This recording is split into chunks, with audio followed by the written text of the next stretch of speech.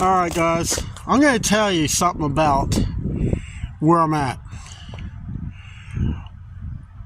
Every time that we have winter,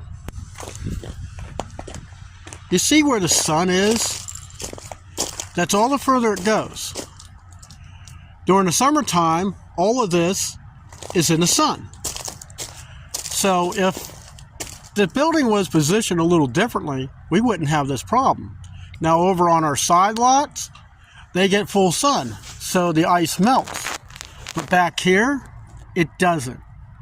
So when you're building something, be careful on how you build it and what it's made of. Now this is concrete. Concrete freezes. Asphalt don't. See what happens when you put a building up, it's in the sun, what's on concrete?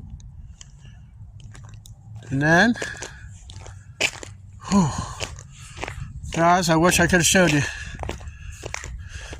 I backed up, I was back in the forklift, was on the curb. See how much ice there is back there.